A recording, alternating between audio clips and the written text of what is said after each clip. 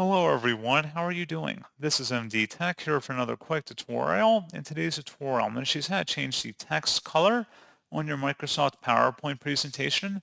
So this should hopefully be a pretty straightforward process, guys. And without further ado, let's go ahead and jump straight into it.